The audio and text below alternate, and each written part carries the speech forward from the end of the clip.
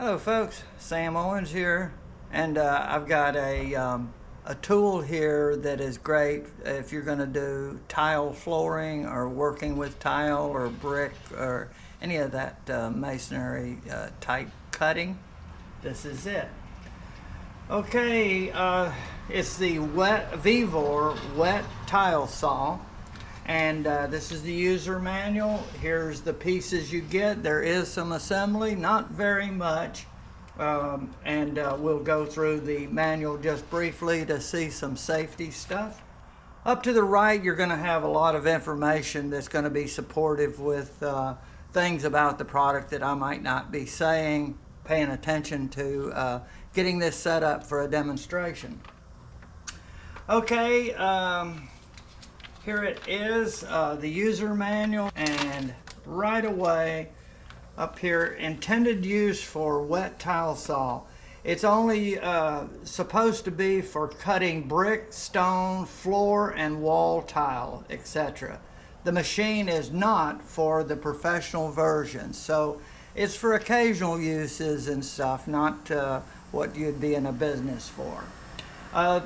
They're also saying no metal work pieces may be cut on the machine. So they're giving you some information there that you need to adhere to. I would say read the entire manual to get familiar with everything about the saw before you use it. And we're going to go right here to the pieces that are laid out.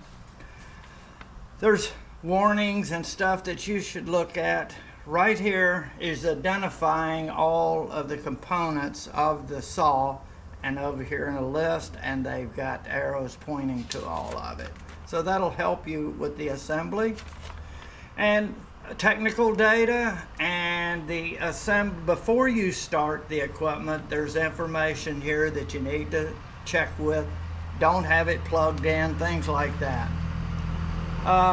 And again, right at the beginning, things like warning, pull out the power plug before you start assembling, because one of the things you're going to put on is the saw blade.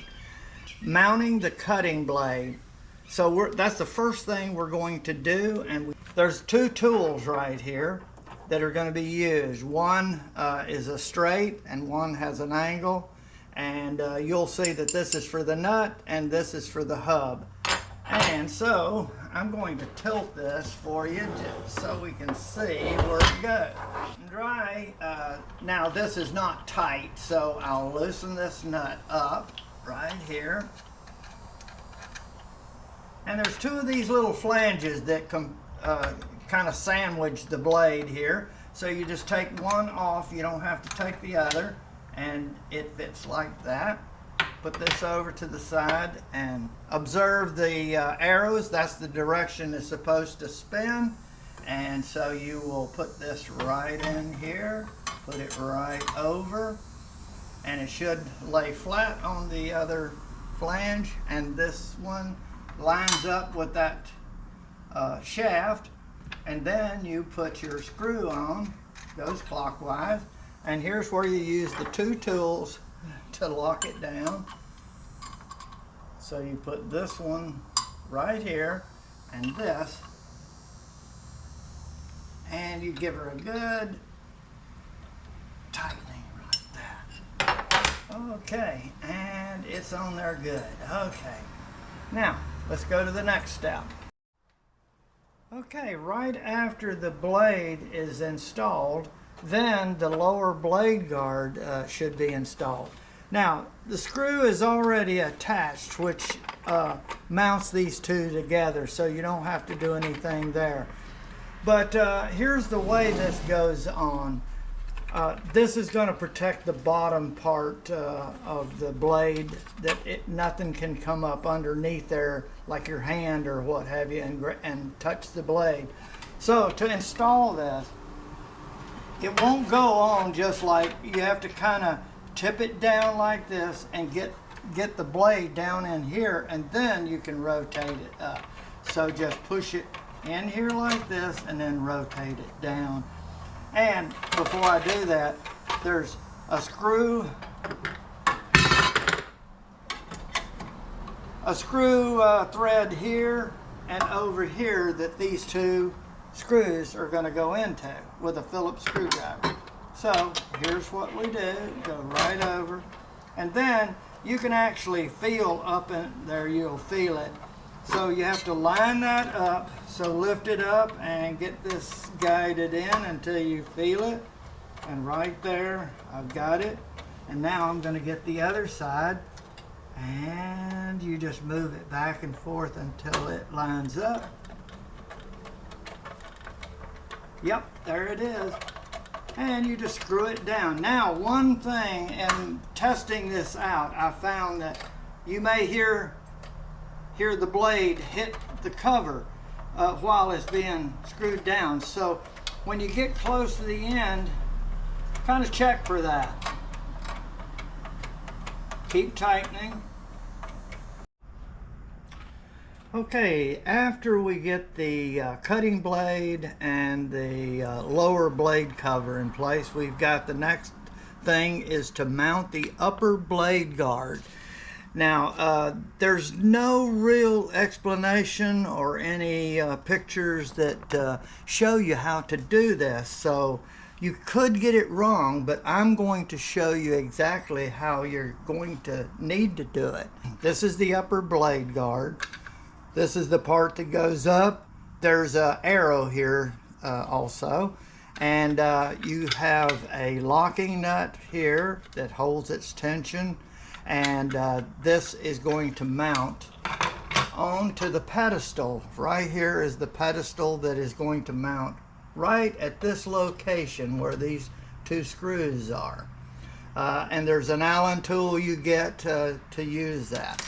Now, at first thought, you'd think that you'd loosen these up, and I can put my finger underneath, and there's a plate underneath, that if you put it like this, it's going to be wrong. You do not want to mount these slots underneath the screw head. It will put the screw heads up too high, and then you will not be able to push your material through. It'll hit those screws. Okay, the way it works is you loosen these up to the point that you can slip this in like this. I'm going to move the can just like that, so it goes under this plate right here like that, and then you would align this with the blade. Now I'm going to move it around a little bit so you can see that a little better. Now, just like that. It comes very close to that. But if you mount it on top, it's going to be wrong. It's underneath, if you'll see right there. And then you take your Allen tool and you can just kind of tighten this up. And it's almost like you have to use the shorter end here to kind of get it lined up at the same time that you're screwing these down. So you kind of hold it in place. Okay, and then once they're a little snug, then sight down the blade and try to align that so that it's there. So that this blade cuts right down the center of the actual cutting blade. And you don't want any material on the side sticking out, and you're going to test for that or it'll stop your material from going. I found this out by getting it wrong and went over and thought I had everything just right, and then I found that you cannot slide the material, the tile, down through here, because these screws will be up too high if you mount this up on top. Okay, right there looks perfect, and I'm going to give it a good tightening clamp down. And this is important because with the leverage of this, you don't want it to move this in and out. Now, you can see how that is lined up right down through there. You probably can't, but it should be close here. And also you look down, and then one final test is you're gonna slide a piece of tile. And if you got one of these, you probably already have some, or it can be a block of wood, anything, that you're gonna just set right up here and make sure that it's not going to hit this or the screws. Notice you can go, now if you get over, you're gonna get on the edge, but just make sure that it will slide right down through there, and then you know that is correct. And you should be able to get it to go on the other side and not hit there. This is perfect. Okay, so I hope that's clear. Now, we take the upper guard. Now, another little trick is you want to keep your finger over this and unloosen this all the way, because what you're going to do is you're going to line these holes up with that, and then you're going to put this through both of them. So with your, and the reason you don't want to drop this, or you're going to be spending a little time looking for it, and it always goes in a place where you can't find it. Okay, so I'm going to slide this right on and line the holes up, and I just tighten her up. Now, you don't want to tighten this so tight, because that is a compression nut. It will hold the adjustment and it will not loosen up. So you want it so it falls up and down, and just about like that. That's fine. And it's not touching on either side, so we have our upper guard correct. Now, the next part is mounting the parallel guide. Another name for it is a fence, right here. And it's got two tabs, and right here it's going to go over the back and the front, and this is going to be allowed to move, but it's got a clamping action, which are these two plates right here, one for the front, one for the back, and you get a washer for each. I'm going to put the washer over each of the thumb screws, and now you have a chance of getting this wrong. Notice you got an area that stands out. The other side is flat with a little lip. It's important to get this lip behind here like this, and actually like this. This is going to be to the bottom, and you want to line up on the hole. And what this is a clamping action to hold that secure. If you get it backwards, it will not work, and what'll happen is you'll be able to move it even though you tighten it. There's nothing in the instructions that tells you how to mount this. I'm telling you. Okay, so now it goes just like this. Put it on there, and you're not going to tighten it up real tight right now. You're just going to get this started. Okay, a few turns, and then you can just kind of spin it. Okay, up like that. Then you can nicely move it. Now we're going to move this around, since it's so important to get this right. Okay, that's backwards. You want to get it like that.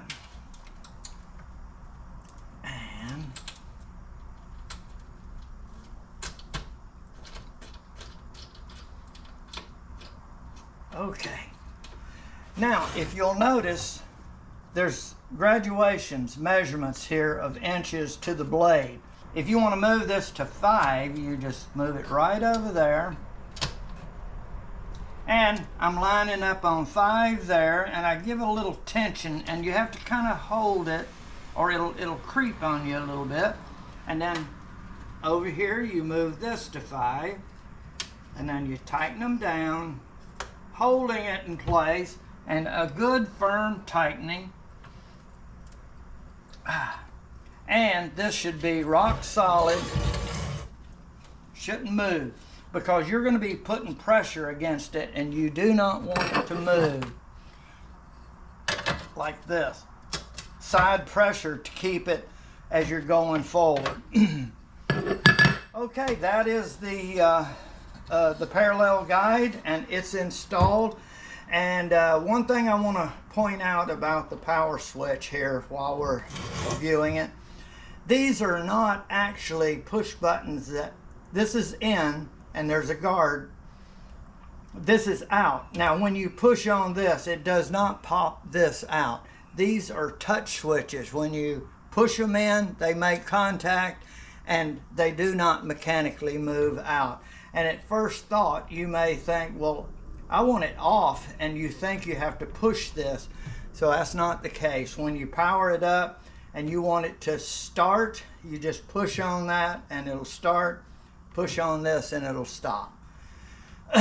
Okay, the other thing is you have a tilt for the table top, and right here is the mechanism that aims it and shows you the graduation up to 45 degrees right there.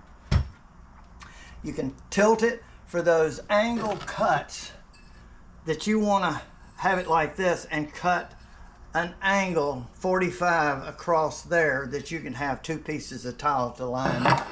So the way this works is you loosen this up, and there's one on the back side, and you move this until you get the desired degree you want. Mostly it's 45, and there's a little indicator right down below. You want that pointing, and then you will put this, tighten this up,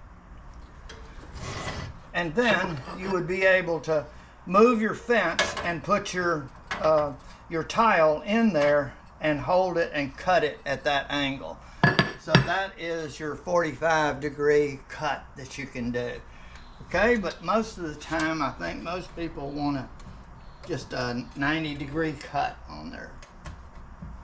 So we put that back down, and now make sure it's all the way down and tight, so that when you pick the table up or pick the saw up like this, you don't want the adjustment being thrown out of adjustment. Okay, now there we go. Okay, one other item you have is a 45 degree cut here, and what this will allow you to do is put, I'm going to put it right down here and not on the saw, is you can put your tile right there. This is up against this fence, and then your saw blade is here. Then you can just push it along and cut that. It might be at this point that you're going up against a wall, whatever the case might be. But that's what that little tool is for. Okay. Now, one final item is the water tray. And you can either fill this up with water, and then you just lift this up, stick it right up underneath there so that the lower blade guard is in place. And with the water in there, it'll keep the dust from getting all over the plate, and it'll settle into the water. Great idea. Okay folks, showtime. Now for the demonstration of cutting a piece of tile. This is 5 7/8 inch dimensions, and we're going to cut it down to 5 inches. One of the things we need to do is have some eye protection, and we've got our water reservoir underneath here, and I have an adequate amount of water in it, and I have power to the saw. It's plugged in, and now I'm going to put this in position, but I'm just going to get it up close to this, and we're going to hold her in place, and I'm going to hit the green power button. Just press it in and it'll start. When it gets up to full speed, then I will start my cut, and I'm going to go all the way through and cut it all the way off. Okay, let's try it out. Okay. We're at full speed, and I'm getting my fingers out of the way of the saw.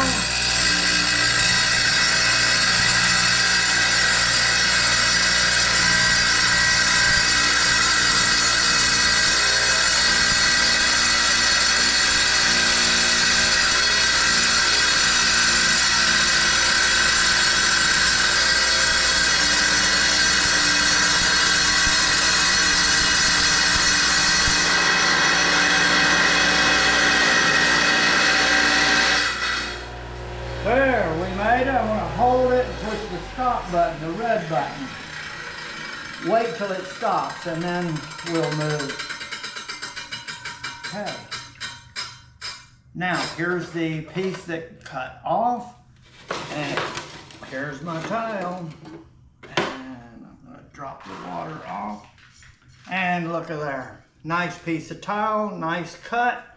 So that is going to be good. All right, folks, I think you see the demonstration that the saw is going to work great.